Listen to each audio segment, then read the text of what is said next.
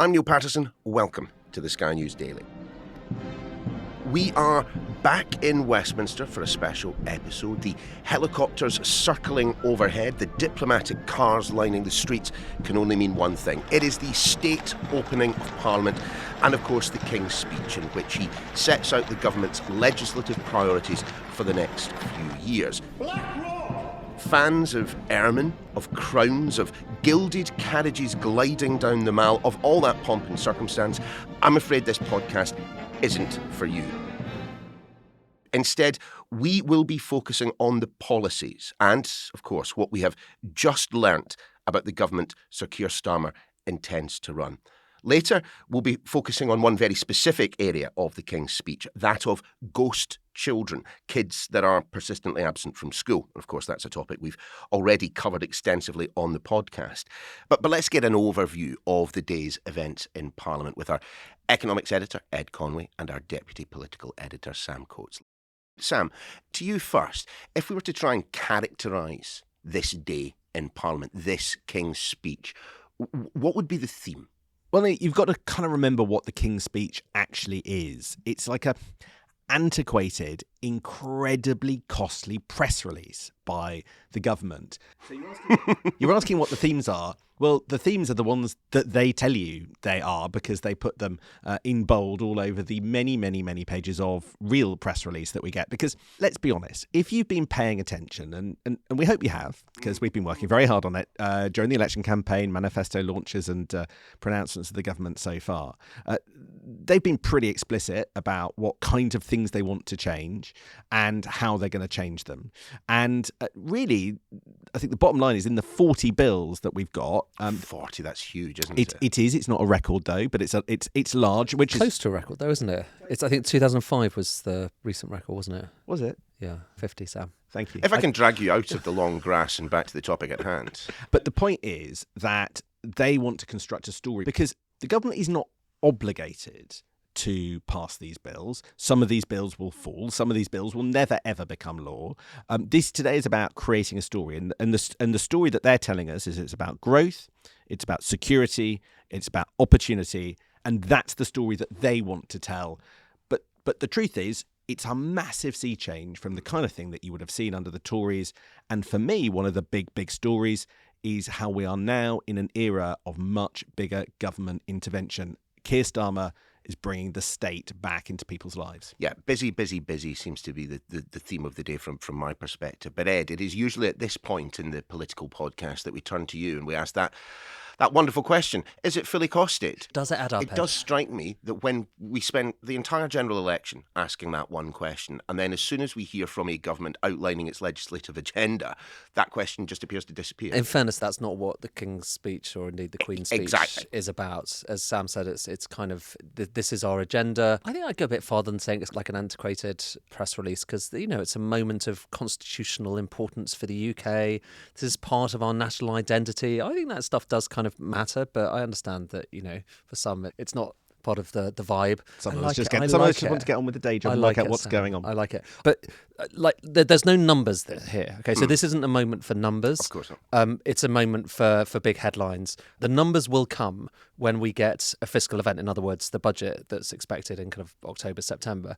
And that's where we will actually get a sense of how much they're going to raise in taxes, how much they want to do in extra spending. There'll be a bit of a spending review as well, we expect. It was interesting from my perspective just how much of this was about the economy. So if you're choosing that press release and how you're going to kind of formulate it, the economy was right at the top. And actually the very first bill that they announced was the Budget Responsibility Bill, which is basically saying if you're going to try and do some set of tax cuts or whatever it is in the future, you need to have a fully costed report from the Office for Budget Responsibility. And they can produce that report at any point that they want. Yes. And that's a response to trust. That's the post-mini budget kind of hangover.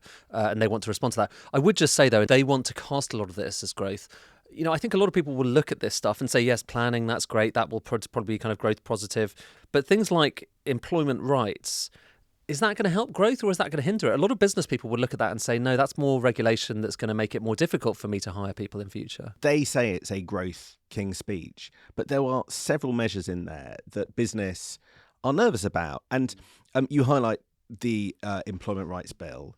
That, if you just go through the detail that's been published today, is a jumbo bill. So it's not just about employment rights from day one, stopping fire and rehire. 0 hours contracts. 0 hours contracts. Right. Yeah. That is only one part of this. Another massive part of it is to sort of roll back the trade union legislation that the Tories have introduced during the last 14 years. And that includes things like minimum service requirements. It includes things like raising the strike threshold. So that's another great big area, which Tories would say means potentially more strikes. Labour would deny that. But none of which is to say that improving workers' rights can't go hand in hand with growth. And we're not, but we're saying that, and, I think the government and the trade unions are perfectly upfront about this. For some businesses, there will be more cost for providing these things. But then there's a third thing, which is the return of collective bargaining for entire sectors. That's in the same bill. That's something that went out a long time ago, didn't it? So I think in the 1970s was the collective bargaining era, and bit by bit it has disappeared. And I think that kind of absolutely fundamental change in the way our economy works in a bill that's already doing another, half a dozen really, really complicated and contentious things. In the face of kind of concern from business, I saw the head of the CBI yesterday, and she was saying, please consult heavily on this stuff because there are risks. There are two sides to the ledger. But bringing it back to kind of Keir Starmer's kind of two stated ambitions, growth and, a rise in living standards. Let's focus on, housing. We knew that they were trying to get 1.5 million homes built. Putting the pressure on councils to free up that land is a significant move, as is the threat of government intervention in those parts of the country when it doesn't happen. It is, and I think it's not for nothing that this is here at the start of the 5-year term, because if you think back to the kind of the first Queen's speech of the Blair era, there were significant pieces of legislation, devolution, Bank of England independence and so on, that we were still talking about 5-10 years later. And so if you try and think about this one and think about what are the things that we've just heard about that we will be talking about in 5 years or 10 years' time, well, it takes a long time to try to change the planning system, but they've committed to trying to do that. Whether the changes are quite as far-reaching as they like to make out is the big question, because it doesn't look necessarily like they are. I was talking to a big Labour donor who was saying that I think there's going to be a second wave of planning reform. And by the way, lots of people are talking about this 1.5 million target. It's not in the King's speech. Right? A lot of newspapers wrote up how it was going to be in the King's speech, and it's not. And the reason it's not is because it doesn't go into legislation. It goes into something called the National Policy Planning Framework, which the government is about to publish before the summer and then consult on over the summer. That's where you'll see the 1.5 million new homes over the Parliament figure. But it's a big package that says it's going to streamline things when it comes to planning, but it keeps the essential structure in place. And the question is that enough of a change? Another thing which leapt out to me from this King's speech, Sam, is the kind of the change to democracy in this country in a couple of fashions. The reform of the House of Lords, plus increasing powers for an increased number of city mayors. It's not the stuff that sets the heather alight, but this is the kind of stuff that is legacy building for Keir Starmer. So can I completely disagree with you? Go on. I've been struck how timid they are on exactly that agenda. Where was votes at 1617? Didn't the King tangentially mention that when he talked about increasing democratic opportunities? Well, it's not a bill. So it's not in the King's speech. So that's pushed off to the right. When it comes to the House of Lords, I thought the Labour Party was going to abolish the House of Lords. And at the very minimum, I thought the House of Lords was going to introduce an age limit so that that was part of the policy perspective. Instead, we're terribly sad for the hereditaries. We're sure they get somewhere else to dine in the evening. But ultimately, that's a really, really, it's really not fully small fledged thing. Reform, is it? Exactly. And we're on the cusp of Labour probably appointing quite a lot of peers of their own in order to get legislation through. And then you even mentioned the devolution stuff. Well, on the one hand, they're centralising some planning obligations. They're centralising control of things like, the academy trusts are going to have greater central oversight. And then when you actually look at the detail of the devolution bill, it's handing more powers to areas without mayors. Now, that's tricky. You can already get more powers if you get a mayor, but there are lots of geographical parts of the country that really just aren't suitable to have one mayor doing that whole kind of leftover bit between the other mayors. The last government couldn't sort out the patchwork, because sorting out the sort of patchwork areas that haven't been sorted out is really tricky. Just saying you're enthusiastic for devolution, well, with two fingers crossed behind your back because you're actually centralising stuff elsewhere, That's why I'm a sceptic. Some policies clearly will be more difficult to sell thematically then. But Ed, I suppose one which Labour have been banging on about for donkeys now is the renationalisation of the railways. And on that one, I think they're on pretty safe ground when it comes to public opinion. But also they're kind of a relatively safe ground in terms of the de facto situation. The Tories didn't want to talk about bringing railways into public ownership, but they did it because various of the franchises collapsed and had trouble, and therefore they brought them into public ownership. So in a sense, what's interesting there, it's the framing. It's unapologetically, we will bring these into public ownership rather than just kind of doing it by stealth. And I think the same thing, GB Energy, it may be relatively small compared with what other people want to do around the world, but it's still unapologetically about the state stepping in. And you're surprised this is a Labour government. No, I know, but I suppose that's the point of the King's speech. That's the point of these moments. It's to just drum in, this is now the government. They are setting laws. And, in case you had any doubt, that's who was voted for, and that's who now are actually setting the legislation. I just bumped into a member of the cabinet who was giddy with excitement at the fact that they'd got the King to talk about the benefits of public ownership. Although I did put, is the King publicly owned? Yeah, I think the King is part of a national, yeah. We nationalised him some time ago. So, but okay, let's keep on this point then. So, having gone through a number of the bills that are contained therein, what is this all about? I get Keir Starmer is now the Prime Minister. I get Labour is now the government. But don't they need something more than that? It's the narrative, it's the story. And I'm still not entirely certain what it is because there is so much in this King's speech. So if Blairism was effectively a 13-year government project, which more or less after the opening phase, happy to splash the cash, but a little bit nervous about the role of the government and the role of the state in people's lives. And if you ever called either of those prime ministers left-wing, they get a little bit nervous.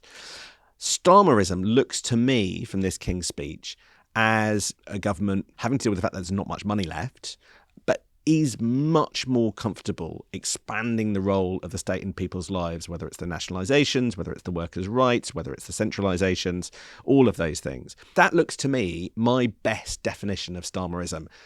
Not much money, happy to use the state and believe in the role of the state as a positive, which is a massive, massive change from the last 14 years of Tory rule, at least as they like to present it. Do we therefore have to wait for a fiscal event before we understand Reevesian economics? No, exactly. I think you take this as the initial prelude, but the main beef, the main course is when we get to the fiscal event. That's where money actually has to be spent. It has to be allocated and it has to be raised. And that's where we do get that assessment from the Office for Budget Responsibility, how big a hole there is, how much it needs to be filled, how much growth maybe some of these measures will or won't generate. So I think this is the down payment. The main bit of news is going to come when we get the, whatever it's going to be. Is it? They're calling it the budget, aren't they, in the winter? Thanks, guys. We will be back in a minute with Nick Martin, our People in Politics correspondent, on what the Labour government intends to do about so-called ghost children. Back in a sec. Welcome back. Now, as is often the case on days like this, some pretty big bits of legislation are concealed in some quite innocuous statements from the King. Here's one in particular, the Children's Wellbeing Bill. My ministers will seek to raise educational standards and break down barriers to opportunity. Action will be taken to get people back in employment following the impact of the pandemic. A bill will be introduced to raise standards in education and promote children's well-being. Yeah, if you're slightly confused, you're in good company. So let's speak to our People in Politics correspondent, Nick Martin, who understands this an awful lot better than me. And Nick, the reason being that this is something we've covered on the podcast before, ghost children. Just remind us what this is and the problems that the government are trying to tackle. Ghost children relates to, frankly, a huge amount of pupils who are not in school or not in school enough. And some say that they're hidden from society, which is where this whole term ghost children's originally come from. I've never really quite bought into the ghost children idea because I've met a lot of them and they're not ghosts. And a lot of the time, Neil, schools know exactly where they are. And look at the numbers. 20% of all pupils were persistently absent. That means they're missing around a day of school every fortnight. There's 117,000 children missing from education altogether. We don't know where they are. That's up by a quarter since the previous year. And there are now double the amount of children missing from class since the pandemic. It's a failure in the system to get them into school. And within the King's speech, within this new wellbeing bill, is a nod towards a register of missing children. And this is going to sound like an utterly daft question, right? But spell it out in basic terms. What is the problem with children not going to school? Huge problem. Loads of moving parts. Children who are brought up in lower disadvantaged backgrounds are more likely to miss chunks of school. That's either because they can't get to school, or their parents have the attitude that it's not their problem to get them to school, or that their mental health is diminished, or that they geographically can't get to school, because we know a lot of families, and I've met a lot of them, are moving around a lot. They might have been evicted, and their access to school is diminished. So that gives you an idea of just how big this problem is. Now, the government are saying every day children who are in school, the register's taken, so we know that they're in. They're wanting a register for children who aren't in school. And I suppose that's a step in the right direction. Just a step, though. I mean, it's what follows from that register, one presumes, that's going to be the most important thing. How is it going to be made? Who's going to implement it? What happens when you're on the list? You can be on it, but that doesn't get you into the classroom. So that's when all of these other issues like poverty, mental health, geography, parental attitudes come into play, which makes this, Niall, a very complicated subject that's not going to be addressed in a couple of lines in the King's speech today. But parents, I think, are quite pleased that Labour are mentioning it. But it's like having a car with 4 bald tyres and you go and change the spare at the back. There are still many moving problems hitting the road. So in your experience, there are plenty of parents who would want their kids to be in school, but for the myriad practical reasons you just outlined there, it's not possible without some kind of assistance. I mean, this all sounds, hate to say it, incredibly expensive. Well, I think what the government are saying today is here's a quick, easy start. Let's create this register to create things like breakfast clubs in every school, which is a way of getting kids out of bed and encouraging parents to get them out of bed into school, is going to cost money. The number of teachers that are going to have to be brought in early to staff that kind of thing, all these little steps are going to cost money, and that's going to take months, perhaps years. And remember, with ghost children, each day that a child's out of school, their life chances are just diminished and diminished. So this is a race against time, which is why we've been banging on about it for so long now. And look, presumably not all of the kids who are persistently absent have special educational needs, SEN. But I presume the odds of them being SEN are dramatically increased. There is a nod in what we heard from the King today to redressing the balance, to sorting out the complete paucity of provision for these children within mainstream education. The majority of persistently and severely absent pupils have got some kind of special educational needs. And that comes down to delays in diagnosis, the extra money that it costs to support them in school. And I think there is some evidence that some schools are reluctant to diagnose children because it's frankly more work. And although there are complex reasons why we're seeing record numbers of children out of class, poverty, mental health, in some cases parents, it does actually come down to those who have the special educational needs who are being affected most. And the bill does nod towards giving councils greater powers to address that. But then councils will need more money to do it. And it all really does come down to this.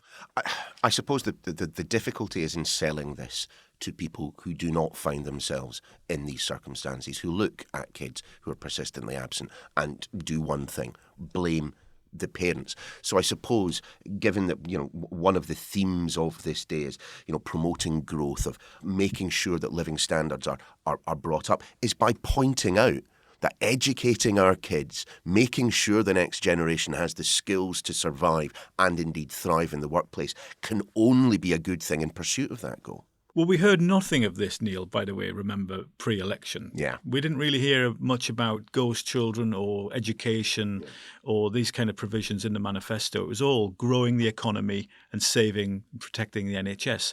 When you talk about growing the economy, where are some of these children going to be in 10 years' time? They're going to be wanting to enter into the labour market. They're going to be wanting to find a job, to be economically active, to pay tax. So a big part of growing the economy, which Rachel Reeves is very keen on, will be what happens to this generation of children who are not in school.